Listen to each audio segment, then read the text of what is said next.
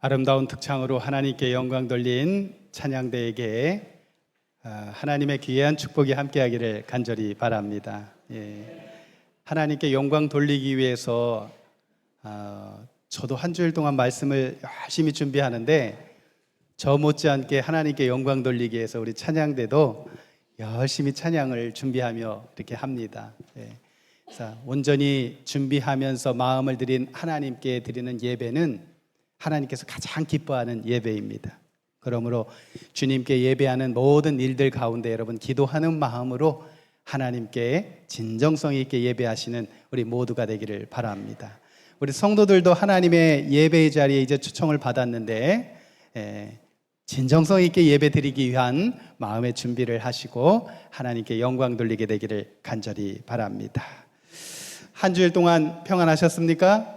우리 옆에 계신 분들에게 행복한 안식일입니다 하고 좀 사랑을 인사를 좀 나누시기 바랍니다. 감사합니다.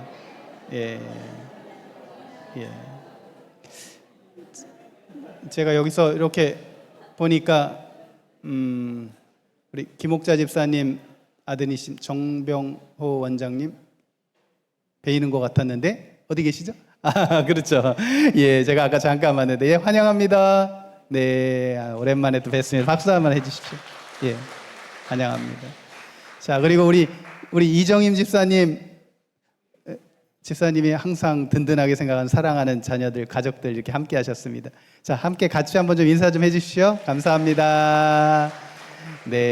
자, 오늘 여러분들 우리가 얼마나 축복을 받았는지 지금 막 여러분 점심 때 보면 이게 웬 떡이야, 이게 웬 떡이야, 이게 웬 빵이야 할 겁니다. 제가 아마 식사 시간에 여러분들이 이걸 잘 구분을 하셔야 될 만큼 여러분들이 이렇게 감사의 표현을 하고 우리 같이 식사를 나누고자 하시는데 다시 한번 감사를 드립니다. 하나님의 축복이 함께하게 되기를 간절히 바랍니다. 지난주 저를 못 보고 이번 주에 저 보신 분 빨리 손 들어보세요. 한 주일만 안 뵈도 서운해요, 그죠? 자주 뵙고 하나님께 영광을 같이 돌리는 우리 모두가 되면 좋겠습니다. 자, 우리 한 주일 동안 여러분들 말씀 묵상 잘 하셨어요? 이번 한 주일 동안 우리가 시내산에서 우상숭배, 시내에서 우상숭배라는 제목을 가지고 한 주일 동안 말씀 묵상을 하였습니다. 이 말씀 묵상을 하면서 제가 깊은 감동을 받고요. 우리 온양교회 성도님들도 이 말씀 속에서 사시고 또 말씀 속에서 대화하시고 예수님의 사랑, 하나님의 그 마음을 말씀 속에서 이렇게 나누시며 사시면 좋겠어요. 세상적인 이야기도 물론 합니다. 그러나 우리의 대화의 중심에 하나님의 말씀이 있었으면 좋겠다라는 생각을 하게 됩니다. 오늘 안식일 심판의 자리에서 피어난 긍휼의 은혜라고 하는 제목으로 한 주일 동안 말씀 묵상을 통하여 나눴던 내용을 통해서 하나님께 우리가 말씀을 나누고 말씀을 선포하도록 하겠습니다. 본문 성경절은 출애굽기 34장 6절 7절 하나님이 어떤 분이신가를 표현하는 성경절입니다. 우리 같이 한번 소리를 합쳐서 같이 읽습니다. 시작. 여호와께서 그의 앞으로 지나시며 선포하시되 여호와로라 여호와라라 자비롭고 은혜롭고 노하기를 더디하시고 인자와 진실이 많은 하나님이라. 인자를 천대까지 베풀며 악과 과실과 죄를 용서하리라. 그러나 벌을 면제하지는 아니하고. 아멘. 하나님의 성품이 오늘 우리가 말씀 묵상 나누는 내용 속에서 어떻게 표현되는지 이 시간 같이 살펴봅니다. 여러분, 하나님의 속성 가운데 우리가 크게 하나님은 공의의 하나님, 또 사랑의 하나님 이렇게 이해를 합니다. 근데 우리가 인간의 부족한 지식으로 생각하면 이 공의와 사랑이 같이 조화를 이룰 수 있을까? 라는 질문을 하게 됩니다. 여러분들은 하나님의 성품 가운데 이 공의의 성품과 사랑의 성품을 잘 조화롭게 이해하고 계십니까? 오늘 우리가 읽은 말씀 묵상 가운데서는 하나님의 공의의 속성과 그 가운데 포함된 사랑의 속성을 아주 잘 표현한 하나의 사건을 우리가 바라보게 됩니다. 때로는 우리가 하나님의 공의와 사랑이 서로 부딪히는 것 같아 보이는 느낌을 가질 때가 있습니다. 예를 들어서 이겁니다. 하나님이 사랑이시라면 어떻게 그렇게 무서운 심판을 내릴 수 있겠습니까? 이게 진정한 사랑입니까? 이런 질문이에요. 반대로 하나님이 공의로우시다면 어떻게 저런 죄인을 가만히 두실 수 있겠습니까? 라고 하는 질문입니다. 한 분의 하나님께서 이 두 가지를 어떻게 조화시키는 것인가? 우리가 공의와 사랑을 조화롭게 잘 이해할 필요가 있어요. 그래서 때때로는 하나님께서 우리에게 공의의 모습이 보일 때에도 그 가운데 포함된 사랑을 발견해야 하고, 하나님이 베풀어 주시는 놀라운 사랑이 있는 가운데서도 여전히 하나님은 공의로우신 하나님의 모습을 발견해야 한다라고 하는 것입니다. 그 하나님의 공의와 사랑을 표현하는 하나의 귀한 이야기가 있다면 저는 이 잘레우코스 왕이 판결한 위대한 판결에 대한 이야기를 드리고 싶습니다. 이 왕은 이 고대 근동에 있었던 왕입니다. 이 왕이 자신이 이렇게 통치하는 이 나라가 점점 도덕성이 점점 땅으로 떨어지고 하는 모습을 보면서 새로운 법을 하나 분명하게 만들었어요. 이 나라가 도덕성이 점점 땅으로 떨어지면 안 된다. 그래서 앞으로는 특별히 내 사랑하는 아내 이외의 다른 사람을 범하는 자들은 두 눈을 뽑을 것이다. 이렇게 엄격한 법을 선포하였습니다. 이 법이 선포되니까 그 나라의 이 도덕성이 이제 좀 기강이 좀 잡히는 듯 했습니다. 그런데 얼마 지나지 않아서 충격적인 사건이 하나 발생합니다. 그 법을 위반한 첫 번째 범죄자가 누구냐 하면 다름 아닌 법을 선포한 왕의 아들, 이 왕세자가 법을 범한 것입니다. 온 나라 백성들이 이제 이 왕이 어떤 판결을 내릴 것인가에 집중이 되었어요. 자, 여러분 공의의 관점으로 한다면 어떻게 해결하면 좋겠습니까? 그렇죠. 법을 바로 세우기 위해서는 비록 왕의 아들이라도 예우 없이 법대로 어떻게 해야 돼요? 그렇죠. 집행을 해야 돼요. 두 눈을 빼야 됩니다. 만약 살려주거나 감형한다면 그 다음부터는 그 법이 어떻게 될까요? 무용지물이 돼버려요. 그리고 왕은 위선자가 되어버립니다. 반대로 사랑의 관점에서 바라보면 어떻게 해야 됩니까? 이제 이 아비를 이어서 왕이 되어서 나라를 다스릴 이 아들이 두 눈이 없어서 시각장애인으로 살게 하는 것을 부모는 차마 바라볼 수가 없는 것이에요. 어떻게 하면 좋겠습니까?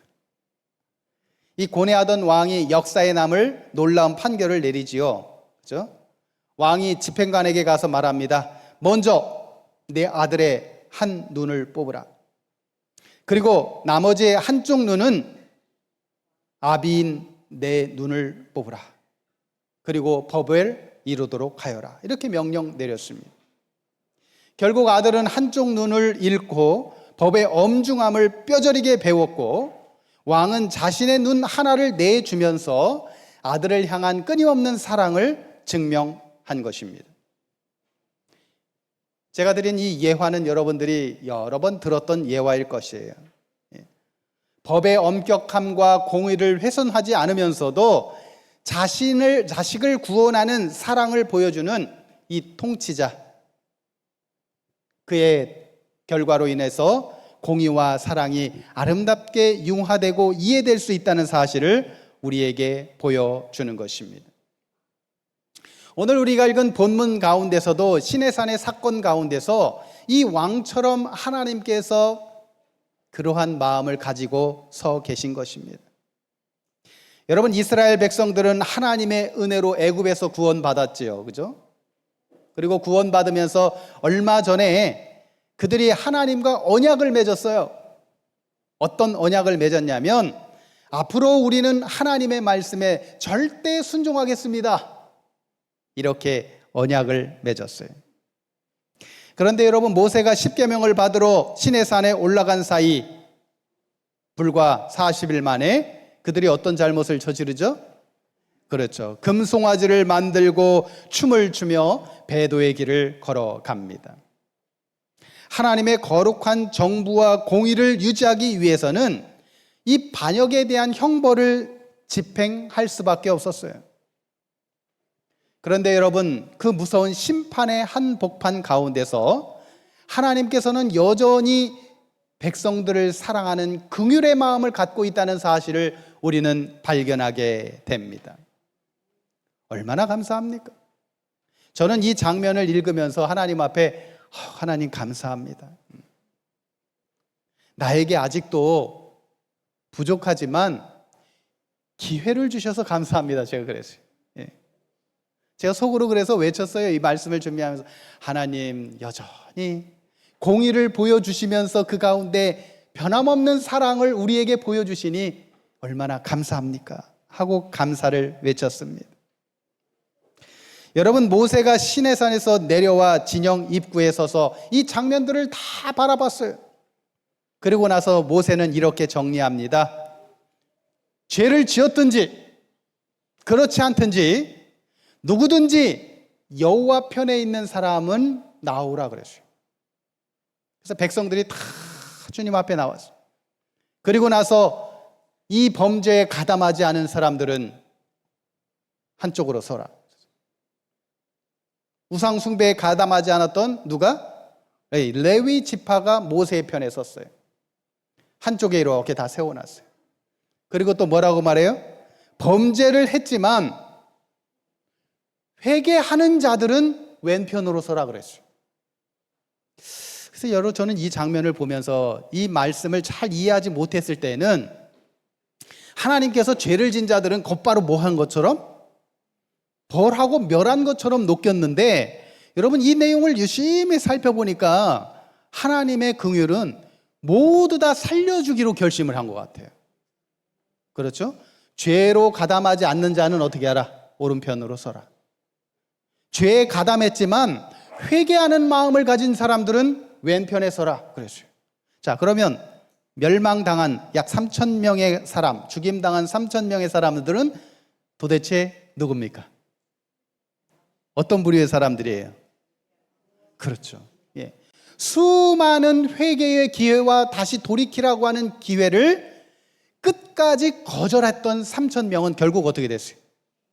죽임을 당하는 경우를 보게 된 것입니다. 여러분, 인간의 눈으로 보면 어쩌면 이 심판이 너무 좀 가혹해 보이는 느낌을 받아요. 어떻게 하나님께서 주신 생명을 가진 자들을 이렇게 가혹하게, 그것도 대량 이렇게 할까라는 가혹한 느낌을 먼저 받기도 합니다. 그러나 영적인 안목으로 보면 여러분, 이 심판이 하나님께서 살리기 위한 하나님의 진짜 아픈 사랑입니다. 마치 서두에 예화에 나왔던 이 왕처럼 이 법을 준행하면서 자신의 한쪽 눈을 아들을 위해서 빼놔서 줘야 하는 이 왕처럼 그런 마음으로 하나님께서 법의 집행을 하시는 것입니다. 성경은 오늘 우리에게 분명히 말합니다. 죄라고 하는 것을 단호하게 다루지 않고 방치하거나 타협했을 때 그 개인과 가정, 나아가서 공동체 전체가 얼마나 끔찍한 비극을 맞게 되는지를 여러 사건을 통해서 성경은 우리에게 경고하고 있다는 것이에요. 그러므로 단순한 마음으로 그래 잘못해도 괜찮아, 허물 같은 것도 잘못해도 덮어주고 용서해주고 하는 그러한 것이 진정한 하나님의 공의의 하나님을 보여주는 것은 아님을 오늘 우리는 성경을 통해서 알아야 됩니다. 여러분, 설교에 자주 인용되는 내용 가운데서 이 잘못된 죄를 방치하는 대표적인 사건을 이야기한다면 저는 엘리 제사장과 아들의 이야기를 들고 싶습니다. 여러분, 엘리 제사장의 아들인 홈니와 비느하스가 어떤 실수를 범하고 어떤 잘못을 범해요? 성전의 제물을 갈취하고 회막문에서 수종드는 여인들을 범하고 하나님 앞에 심각한 죄를 저질러요. 그 방치의 과정을 보면 여러분, 엘리가 자신들의 아들이 그런 잘못을 하고 있다는 사실을 알고 있었을까요? 모를까요? 엘리는 다 알고 있었어요. 그러나 그는 제사장으로서의 그를 엄하게 대하지 않고 사무엘상 2장 23절 24절에 보면 엘리의 발언을 그대로 제가 인용해서 한번 읽어보겠습니다. 내 아들아, 그리하지 말라. 너희가 어찌하여 그런 일을 하느냐. 자, 엘리가 어떤 식으로 발언을 했을까요? 제가 지금 긋는 그대로 읽었는데 아들들에게 눈을 똑바로 쳐다보면서 내 아들들아, 어찌하여 그렇게 하느냐? 다시는 그렇게 하지 말아라. 이렇게 했을까요? 어떻게 했을까요, 여러분? 아들아, 왜 그렇게 했어? 그러지 마. 자, 아들의 입장에서는 어떤 발언과 어떤 제스처를 하고 이야기하는 것에 그의 죄가 죄인지 아닌지를 판단할 수 있는 중심에 서게 되느냐라는 것입니다. 여러분, 말로만 나약하게 타이르는 것, 이것은 그의 죄를 묵인해주고 방치하는 것입니다. 하나님은 이에 대해서 엘리의 모습을 가리켜서 하나님이 뭐라고 표현하냐면 성경에 보면 하나님보다 아들을 더 중하게 여겼다, 이렇게 표현해요. 여러분, 제사장이 하나님보다 아들을 더 중하게 여긴 것입니다. 결과가 어떻죠? 한날 한시에 두 아들이 전쟁터에서 죽임을 당합니다. 이 소식을 들은 엘리 역시 깜짝 놀라서 의자에서 자빠져 죽게 됩니다. 또한 이러한 일로 인해서 하나님의 영광이 이스라엘에게서 떠납니다. 그래서 여러분 잘 아는 이가봇이라는 단어가 이때 이루어지고 이스라엘의 재앙이 임하는 모습을 보게 됩니다. 공의를 제대로 발휘하지 않았을 때 나타났던 가슴 아픈 이야기입니다. 여러분, 사무엘하 13장에 보면 또 똑같은 이야기가 나오는데 성군 다윗이요, 이 자녀들의 범죄 앞에서 공의를 세우지 못하고 죄를 방치한 결과 엄청난 가문의 피바람이 일어난 장면들이 있게 돼요. 여러분, 다윗의 장남인 이 암논이 이복 누이인 이 다말을, 자신의 이복 누이를 범하는 끔찍한 죄를 저지릅니다. 다윗이 이 소식을 듣고 심히 노하기만 했을 뿐 장남이라고 하는 이유 때문에 이 암논에게 아무런 징계나 처벌을 내리지 않고 그냥 사건을 어떻게 하냐면 유야무야 덮기로 결심합니다. 여러분, 그렇게 유야무야 덮으니까 잘 해결되었나요? 여러분, 끔찍한 결과가 또 나타납니다. 이 아버지가 하나님 앞에 지은 죄를 방치하자 이 다말의 친오빠였던 이 압살롬이 어떻게 해요? 마음에 깊은 증오를 품고 나중에 암논, 너 가만히 두나 보자. 그래서 어떻게 돼요? 2년 뒤 압살롬이 형 암논을 잔인하게 살해하는 일이 벌어집니다. 여기서 그치지 않고 압살롬이 나중에 어떻게 하죠? 다윗을 향해서 반역을 일으켜서 이스라엘 전체의 내란의 고통으로 몰아넣고 압살롬 자신도 비참하게 죽음을 맞이합니다. 여러분, 성경에 이런 이야기들, 공의를 제대로 발휘하지 못했을 때, 하나님의 법을 함부로 대했을 때 나타나는 다양한 현상들을 이야기합니다. 또 다른 이야기가 이 여호수아가 죽은 다음에 이스라엘 지파들이 이 가나안 땅을 완전히 정복하라는 하나님의 명령을 온전히 수행하지 못하는 것을 보게 됩니다. 그들이 하나님께서 주신 이 가나안 땅, 그 가나안에 사는 가나안 족속들을 하나님께서는 그들이 다 떠나도록 하게 만들었어요. 그런데 어떻게 해요? 다 쫓아내지 않고 어떻게 해요? 그들을 가나안 땅에 그냥 같이 살도록 그렇게 만들었어요. 그런데 여러분, 이스라엘 백성들이 가나안 백성들 다 쫓아내지 않은 결정적인 이유가 뭡니까?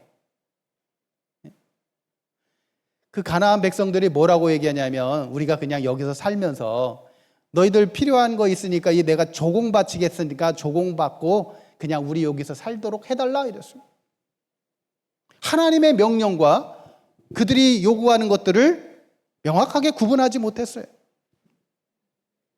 결국 그들이 이스라엘 백성들이 이 가나안 족속들을 그냥 방치해두고 남겨뒀을 때 결국 가나안에 섬기던 우상의 문화가 어떻게 됐어요? 가나안을 집어삼키고 이스라엘을 오염시킵니다. 그 결과 이스라엘은 사사기 350년 동안 이방 민족들에게 끊임없는 압제를 당하고 짓밟히는 영적 암흑기를 그들이 걷게 됩니다. 여러분, 제가 드린 이 세 가지 예화의 공통된 교훈은 분명합니다. 이 죄라고 하는 것은요, 자라나는 성질이 있어서 죄가 시작될 때 초기에 공의로 끊어내지 않으면 결국 가장 소중한 중요한 것도 잃어버릴 수 있다는 사실을 우리에게 교훈하는 것입니다. 여러분, 이 암세포가 우리 몸에 있으면 이 세포도, 암세포도 세포니까 아깝다고 그 암세포를 잘 방치하고 아껴주고 사랑해주면 어떻게 돼요? 그렇죠. 암세포가 아이고 내 몸에 남겨놨으니 감사합니다. 앞으로 착한 일을 하겠습니다. 이렇게 안 해요. 그렇죠? 우리 몸을 파멸로 이끄는 것입니다. 여러분, 공의 없는 사랑이나 온정주의로 죄를 묵인하는 것은 더 큰 재앙을 불러온다는 것을 오늘 이스라엘 백성들의 우상숭배 사건을 통해서 우리는 발견하게 되는 것입니다. 여러분, 의사가 환자의 생명을 살리기 위해 암세포를 과감하게 도려내듯이 하나님께서 우리의 삶에 징계의 칼을 대실 때가 있어요. 우리의 삶 가운데 하나님의 공의의 모습이 더 강렬하게 나타날 때가 있어요. 그럴 때 여러분, 우리는 그것 때문에 왜 하나님은 사랑의 하나님인데 왜 이렇게 하실까 걱정하지 마시고 하나님의 원칙과 하나님께서 가르치시는 공의의 뜻들을 잘 귀담아 듣고 순종하시게 되기를 간절히 바랍니다. 그렇게 되면 결국 하나님께서 베푸신 사랑의 긍휼의 삶이 우리의 삶의 강처럼 흘러가는 것을 경험하게 되는 것입니다. 여러분, 본문에서 만약 금송아지 숭배를 주도했던 이 완고한 악, 끝까지 회개하라고 했을 때 회개하지 않는 자들을 그냥 묵인하고 같이 갔다고 한다면 여러분, 그 독소는 이스라엘 전체를 오염시켜서 결국 민족 전체를 멸망하도록 만들었을 것입니다. 뿐만 아니라 하나님을 버린 이스라엘은 거룩한 보호막이 사라져서 주변 강대국들의 먹이가 되었을 것입니다. 수백만 명에게 닥칠 불가피한 파멸을 막기 위해서 고집스럽게 죄를 지키는 소수를 치신 것, 그것이 바로 하나님의 공의 뒤에 숨겨진 긍휼의 사랑의 모습이었던 것입니다. 그런데 여러분, 하나님은 스스로 회개하고 겸비한 자들을 모두 다 어떻게 하셨어요? 용서하셨어요. 죄에 가담하지 않은 레위 지파를 사랑으로 인도하시고 그 다음에 회개한 자들을 다 용서하셨어요. 한 명도 예외 없이 회개한 자들을 다 용서하셨습니다. 하나님은 심판 중에서도 늘 회개의 기회를 주시는 자비의 하나님이심을 기억하게 되기를 간절히 바랍니다.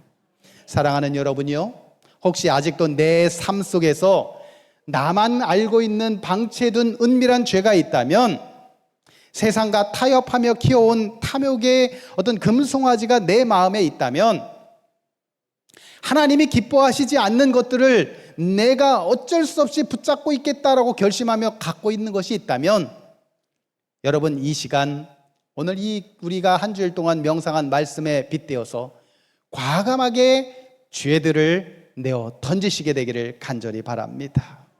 여러분, 죄라는 것을 초기에 해결하지 않으면 아주 작은 죄의 습관도 결국 우리의 영혼을 전체를 오염시킨다는 거예요. 그러므로 시작이 중요합니다. 그렇죠? 오염되기 전에 시작할 때 죄가 들어오면 하나님의 말씀으로 그 모든 것들을 내어 던질 수 있는 그러한 삶이 되시기를 간절히 바랍니다. 자, 우리가 두 번째 이 모세의 모습 속에서 하나님의 귀한 은혜를 발견합니다.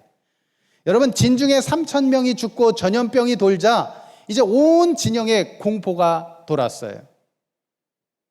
누가 가장 두려워했을까요? 예? 누가 가장 두려워했을까요? 예, 회개했지만 결과에 대해서 아직도 확신을 갖지 못한 사람들이 두려워했을 것이에요. 그들의 마음 가운데 이제 우리는 다 죽었구나. 그때 그들의 두려움을 측은하게 여긴 한 사람이 있었죠. 바로 누구예요? 지도자 모세였어요. 모세는 백성들이 지은 죄가 얼마나 무겁고 큰지를 잘 알고 있었어요. 그럼에도 그는 다시 하나님 앞으로 걸어 올라가 눈물로 부르짖습니다. 출애굽기 32장 31절 32절에 같이 한번 모세의 기도를 한번 읽어봅시다. 시작. 슬프도소이다. 이 백성이 자기들을 위하여 금신을 만들어 싸우니 큰 죄를 범한 나이다. 그러나 합의하시면 이제 그들의 죄를 사하시옵소서. 그렇지 않사오면 원컨대 주의 기록하신 책에서 내 이름을 지워 주옵소서. 여러분, 이게 가능한 기도입니까? 여러분이 만약에 지도자라면 이러한 기도를 할 수 있습니까? 여러분, 생명책에서 자신의 이름을 지워달라는 것은 자신이 영원히 멸망받겠다라고 하는 그러한 뜻입니다. 모세는 지금 저 자격 없고 배은망덕한 죄인들을 살릴 수만 있다면 자기가 대신 멸망을 당해도 좋겠다라고 그렇게 외치는 것입니다. 여러분, 하나님께서 누구든지 내게 범죄하면 내 책에서 지워버리라 라고 말씀하시며 그 말씀은 실행되는 것 같아 보이지만 하나님은 왜 이렇게 잔인할까라는 생각이 들지만 모세는 정말 용감한 것 같아 보이지만 여러분, 이 가운데서도 여전히 하나님의 사랑의 긍휼의 성품이 녹아있다는 사실을 우리는 알아야 됩니다. 여러분, 모세가 눈물의 중보를 드려서 이스라엘의 파멸을 막아서고 거룩한 방파제의 역할을 합니다. 그런데 여러분, 모세가 행했던 이 모든 일들은 누구의 거울이냐 하면 우리를 위해서 중보하신 예수 그리스도를 보여주는 상징적인 거울과 같은 것입니다. 모세는 자신의 생명을 걸고 기도했을 뿐이지만 실제로 백성들의 죄를 대신 지지 못했어요. 그죠? 모세가 그들의 죄를 다 책임질 수 있습니까? 그렇지 못했어요. 하나님은 그거 다 아셔요. 모세 한 명 생명 살려주고 죽이고 백성들 다 살릴 만큼 모세의 생명 하나가 백성들의 생명을 다 다스리고 책임질 권한이 없어요. 하나님이 다 하셔요. 여러분, 이것은 예수 그리스도께서 우리의 생명을 짊어지신다는 사실의 상징적인 의미로 말하고 주님께서 보여주시는 것입니다. 예수 그리스도께서 우리가 받아야 할 공의의 심판을 온몸으로 받아내시면서 아버지, 저들의 죄를 사하여 주십시오라고 기도하였던 그 실상이 모세의 상징을 통해서 우리에게 보여주고 있는 것입니다. 그래서 모세의 중보는요, 바로 우리를 향한 예수 그리스도의 십자가의 사랑을 보여주는 증거라고 하는 것이에요. 사랑하는 여러분이요, 우리의 삶을 한번 되돌아보십시오. 그리스도인, 재림교인, 나만을 위해서 사는 교인들이 아닙니다. 우리도 모세처럼 누군가를 살릴 수 있는, 누군가를 위해서 중보 기도를 할 수 있는 기독교적 방파제의 삶을 살아야 하는 것이 바로 우리의 삶인 것이에요. 모세는 백성들이 배은망덕한 죄를 지었을 때 비난하거나 정죄하기보다 그들의 죄를 자신의 죄로 짊어지고 하나님 앞에 엎드렸다는 것이에요. 오늘 우리의 삶이 그러한 삶이 되어야 하는 것입니다. 오늘날 세상은 너무나 쉽게 다른 사람의 잘못과 실수를 정죄하고 손가락질합니다. 내가 하면 로맨스고 남이 하면 불륜이에요. 이런 현상들이 오늘날 우리의 삶 가운데 편만하게 펼쳐 있는 그러한 일들입니다. 그러나 모세는 어떻게 했어요? 타인들의 잘못을 나의 잘못으로 덮고 하나님 앞에 엎드리는 것입니다. 여러분, 세상을 보면 특별히 가정 안에서도 그리고 교회 안에서도 서로를 향해 비판하는 모습들을 보면 얼마나 날카로운 칼날로 겨누는 모습들을 보게 되는 것이에요. 그러나 여러분이요, 십자가의 사랑을 지은 사람들은, 짊어진 사람들은 우리의 입장은 달라야 한다는 것입니다. 누군가의 허물과 연약함이 보일 때 비판의 돌을 던지는 자가 아니라 그 허물을 나의 아픔으로 껴안고 눈물로 기도할 수 있는 이 시대의 모세가 우리 재림교인들이 되어야 한다는 사실을 기억하게 되기를 간절히 바랍니다. 교회 안에서, 가정 안에서 수많은 어려움들을 볼 때 저거는 나하고 상관없는 일이야, 그러니 저 사람은 정죄받아야 해, 이렇게 바라보는 게 아니라 모세의 마음으로, 이 시대의 모세로 부름받은 우리는 영혼을 사랑하고 그들의 죄를 감싸 안을 수 있는, 허물이 보이면 지적하고 들춰내기보다는 그를 위해 기도하고 아껴주는 이 시대의 진정한 모세, 우리 모두가 되어야 할 것입니다. 마지막으로 세 번째, 회복된 임재와 영광의 빚을 한번 생각해 봅니다. 이 백성들에게 이제 모든 죄를 회개할 때 모세는 말합니다. 너희의 가지고 있는 단장품을 제하고 진심으로 참회하라. 자신의 단장품들을 다 갖다 버렸어요. 그걸 버리고 하나님 앞에 참회하라고 그랬어요. 그러자 하나님의 임재가 다시 찾아왔어요. 진 밖으로 떠났던 구름 기둥이 다시 돌아옵니다. 백성들은 장막문에 서서 감격과 기쁨의 회개와 용서의 기쁨을 누리며 하나님께 경배를 드립니다. 여기에 모세가 멈추지 않고 어떻게 해요? 더 큰 은혜를 갈망합니다. 주의 영광을 하나님 내게 보이소서. 여러분, 모세의 이 말 속에는 하나님께서 진정으로 용서하는 것에 대한 확신을 갖고 싶어하는 그의 모습을 바라보게 됩니다. 모세의 그 모습을 보고, 그래, 얼마나 사람이 죄된 부족한 사람인지, 용서해 준다고 말씀하시는 하나님의 음성을 듣지 못하고, 하나님, 내가 하나님의 얼굴을 봐야만 확실히 용서해 줄 거라고 확신하겠습니다.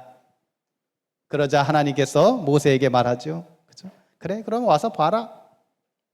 그리고 모세를 불러오고 오늘 본문 성경절처럼 내가 어떤 하나님인지 너희가 알아야 된다라고 하며 출애굽기 34장 6절 7절. 여러분, 저는 성경에서 가장 중요한 성경절 중 가운데 하나가 바로 이것입니다. 우리가 신앙하는 모든 신앙의 중심은 하나님의 품성, 하나님이 어떤 분이신지를 분명하게 깨닫고 아는 것이에요.